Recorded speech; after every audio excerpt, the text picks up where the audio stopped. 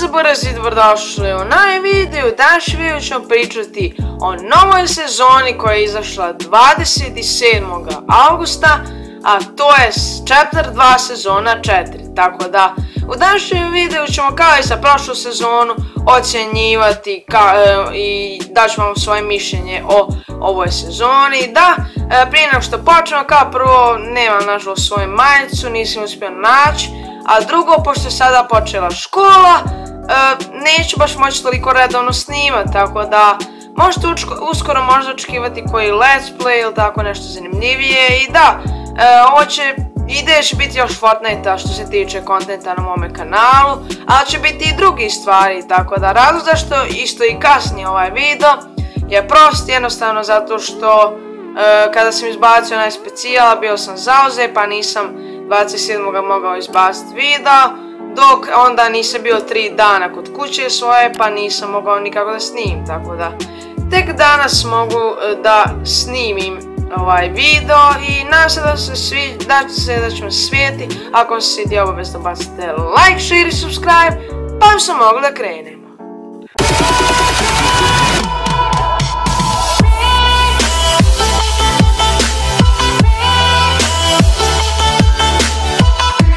Pa hajde da počnemo, tako da mislim da svi znate da je ova sezona Avengers aka Marvel Team, tako da u ovoj sezoni sve oko superheroja. I da, prva stvar o kojoj ćemo pričati kao i u prošloj sezoni jeste lobby. E sad, kogod je igrao tamo ujutro oko 9-10 kao ja 27. augusta, mogao je primijetiti nešto jako neobično, a to je da je iz nekog razloga stojao stari lobby iz prošle sezone. Međutim, to je samo neka bila mala greška, ne znam ni ja zašto, ali nakon par sati su stavili novi lobby koji izgleda ovako. E sada, iskreno, moje mišljenje o ovom lobiju su nekako mix. Nije perfektan, nije uopšte loš, realno je solidan, tako da za razliku od prošlog lobija nije uopšte pust, zapravo ima i previše detalja, mislim da se može vidjeti kao neki avion ili šta, i onaj mali dio Spawn Islanda i možemo jednostavno da vidimo kao samo to, ali opet jako dosta detalja ima u pozadini i jako cool izgleda, tako da, ali mi je drago da nije onako pust kao u prošloj sezoni, jer zaista u prošloj sezoni se vidjela samo voda u pozadini, tako da, da, lobby je solidan, pa idemo na sljedeću stavku. I da, prije nego što prijeđemo na sljedeću stavku, kao što znate, to je sljedeća stavka Battle Pass. Ima jedna novost mala, to je za sve koji su igrali Free Fortnite Cup malo prije nego što je izašla nova sezona, odnosno dan 2, tako nešto. Dobili su, ako si imao 10 poena, dobili su Tart Tycoon skin. I pošto je to baš jednostavno bilo za uraditi, i ja sam bio jedan od tih ljudi. I da, više nisam default i mnogo mi je drago zbog toga, tako da sada imam svoj prvi skin. I da, što se tiče, sada hajde prijeđemo na priču o Battle Passu. Za razliku od prošle sezone, ovaj Battle Pass mi se mnogo svidio. E sada, nije loš bio prošli Battle Pass, iskreno. Jedina nekako loša stavka jesu možda bili skinovi, ali smo zato dobili jako cool banglinge, sprejove, emotove i svašta nešto, tako da dobili su Flipping Away u prošlome i mnogo nekih cool stvari što koji nisu skinovi. Skinovi su isto bili jako dobri, međutim pomalo dosadni, dok u ovoj sezoni, pošto je sezona Hero Team, odnosno Avengers Team, imamo jako cool Avengers Team skinova, a to su naravno Thor, Iron Man, odnosno Tony Stark, She-Hulk, ima ih još puno naravno, ali samo neki, imamo Mystique i da, možete tu sada vidite na ekranu. Također Secret Skin kao što je bio Deadpool u Chapter 2 sezoni 2 i u sezoni 3 bio Aquaman, u ovoj sezoni je Secret Skin Wolverine. I da, jako cool opcija, mada više volio da je Secret Skin Spider-Man iskreno i ko zna, možda dobijemo neke novosti, pošto ima nekih nekih videa gdje su ljudi govorili kako je Epic Games čak hintovao dolazak Spider-mana, još ćemo vidjeti o tome, tako da Battle Pass mi se jako sviđa. Što se tiče baglinga, nisu baš, nema i nešto puno, ni vrepova, već ovdje su najbolji skinovi, zato i jeste jedan od boljih Battle Passova.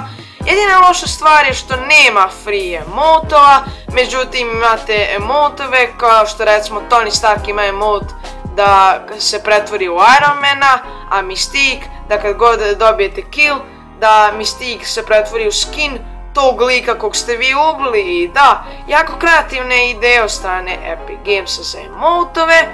I da, Battle Pass je jako dobar. Pa idemo na sljedeću stavku. Sljedeća stavka o kojoj govorimo jeste mapa ove sezone. Tako da, što se tiče mape ove sezone, iskreno nisam baš zadovoljan. Iskreno, ista stvar, u prošloj sezoni je bilo jako puno stvari, ali me lobby razočarao, ista stvar je ovdje sa mapom. Međutim, ima nešto što ću vam morati reći, ali prvo da vam kažem šta je sve dodano na mapi. Jedino što su bukvalno promijenili jeste da Pleasant Park se zove Doom's Domain, gdje se nalazi novi boss Dr. Doom. Također dodali su neke sitne lokacije kao što je krater i onaj kao Floating Island, nešto se zove nešto Ant slično, što je referenca za Ant-Man movie. I dodali su još neki par lokacija i da, također ako niste znali na toj kao Ant-Man referenca lokacije, to je tom Floating Island, imaju riftovi. Da, iskreno nema nikakvih promjena i glavna stvar koja je baš nekako glupa i ne sviđam se jeste što sada Fortilla, Authority i Cat i Coran nemaju nikakvog smisla. Jer ako nema bossova, bukvalno nema nikoga Authority. To iskreno kad sam prvi put gledao tu u ovoj sezoni, bio sam iznenađen da zaista niko ne ide tu. Jer Authority je bila lokacija, ako tu ne dođe 30 igrača, makar 30 igrača, onda ste ušli u neki bot lobby žešći. Tako da, to je glupo što su Authority, Fortilla i Cat pusti, mogu dodati neke nove lokacije. Ali zato, uskoro bi trebala da dođe kao neka Black Panther lokacija, tako je nešto rekao YouTuber Tabor Hill. I čak se misli da će Spawn Island, na kojem se mi trenutno spawnao, biti donekle i POI, odnosno Point of Interest, odnosno lokacija.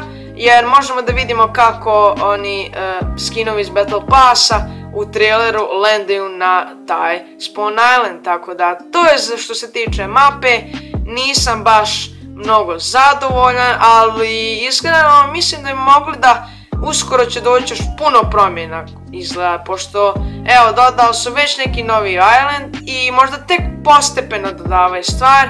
I idemo na zadnju stavku. I sada prelazimo na onu najbitniju stavku kod svake sezone, a to su puške i itemi. I brate, znači u ovoj je roster, odnosno sad skup oružja nenormalno veliki koji su dodali, izbacili i napravili neke nove iteme. Tako da od itema koji su dodani u ovoj sezoni, bilo da su novi ili su stari, odnosno starih sezona, su, kao što vidite, moram se napisati na papir i pogledajte samo koliko tu ima stvari, to jest ne vidi se baš najbolje, jer nenormalno puno su itema dodali. A to su Shockwave, Boogie Bomb, novi laser gun, nešto se tako zove, koji sam ja uspio bukvalno da predvidim da će doći u svome Fortnite konceptu u drugoj epizodi. Jedna nova puška ili pištolj koja bi se zvala laser gun, pošto svi znate da u onim nekim Alien filmovima svi neki vanzemaljaci imaju one neke mali pištoljčiće i da bude nešto u tom fazonu. Zatim najbitnije Pump, Tactical SMG, Scope TR koji je poprilično dobar, Combat, Silencovani SMG koji iskreno ne vidim neku pojentu od njega, uvijek je bio loš, Bounceri koji su svi jako dugo tražili, Fire Trap koji je beskoristan, Porta Fort koji je jako teško za naći i na kraju imamo LMG. I ispravite me ako griješim, mislim da su vratili revolver. Međutim, ja nikako ne mogu da ga nađem, tako da vjerovatno nisu, pošto kažem mislim da su ga vratili, jer sam uspio da ga nađem par puta u Team Rumble, tako da vjerovatno je jako rijedak, a i onako nije nešto dobar. Da su dodali onaj plavi revolver, onda bi bio jako dobar, tako da to je bilo to od ove epizode i vrijeme je za finalnu ocjenu. Tako da, malo sam razdužio ovu epizodu i jednostavno moja finalna ocjena za ovu sezonu, i ja se nadam da ćete se vi složiti sa mnom, to je 8 od 10. Tako da, nije neka velika promjena za razliku od one prošle sezone, ali ipak jeste bolja definitivno od prošle sezone. Mnogo dobrih stvari su dodali i nekih cool stvari, znači zaista puške i itemi su me iznenadili koliko su stvari sam novi dodali. Zatim, eto, mapa nije baš nešto najbolje, ali možemo očekivati uskoro nekih par novih POI-ova. I također imamo lobby koji je prilično dobar. I šta nam još ostane, to je Battle Pass koji je jako dobar, tako da to je bilo to od ovoga videa. Nadam se da ste uživali, ako jeste, obavezno bacite like, share i subscribe, napišite u komentarima ako želite koja je vaša ocjena za ovu sezonu, a do sljedećeg videa, pozdrav!